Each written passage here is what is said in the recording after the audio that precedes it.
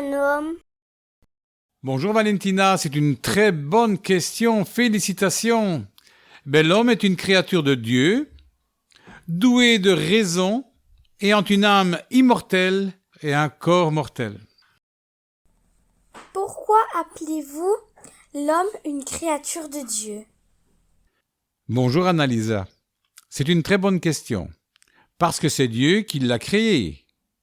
Il a créé d'ailleurs toutes choses sur la terre. Et qu'est-ce que cela nous apprend? Valentina, ma grande, ce que cela nous apprend, cela nous enseigne que nous appartenons à Dieu et que nous sommes entièrement sous sa dépendance. Pourquoi dites-vous que l'homme est une créature douée de raison? Enfin, Maria-Léna, bonjour. Eh bien oui, parce que l'homme est une créature intelligente qui pense et qui raisonne. De combien de parties l'homme est-il composé? Annalisa, bonjour. L'homme est composé de deux parties. D'abord d'une âme immortelle et d'un corps mortel. C'est quoi l'âme, mon père?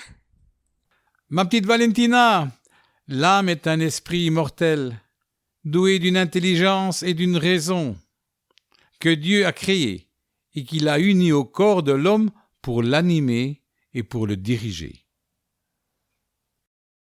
Qu'entendez-vous par les mots âme immortelle? Eh bien, ça veut dire que l'âme ne peut mourir et qu'elle ne rentrera jamais dans le néant d'où Dieu l'a tirée. Comment savons-nous que notre âme est immortelle?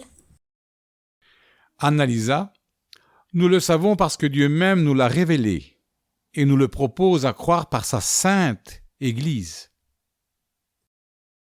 Toutes les âmes sont-elles également parfaites?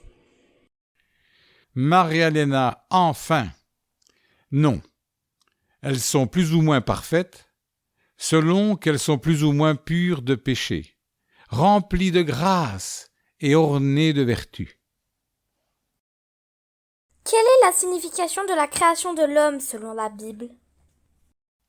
La Genèse nous enseigne que Dieu a créé l'homme à son image, lui donnant ainsi une dignité particulière. On peut le voir d'ailleurs dans la Genèse, chapitre 1, verset 27. Quelle est la valeur de l'âme aux yeux de Dieu? Valentina, ma petite, mais l'âme humaine est si précieuse que Jésus-Christ a dit « Que sert-il à l'homme de gagner tout dans le monde s'il perd son âme ?» On peut voir cela dans Saint Matthieu, chapitre 16, verset 26. Quel est le devoir de l'homme envers Dieu selon l'Évangile? L'Évangile selon saint Luc, chapitre 10, verset 27, nous rappelle que notre devoir envers Dieu est d'aimer le Seigneur notre Dieu, de tout notre cœur, de toute notre âme, de toute notre force et de toute notre pensée.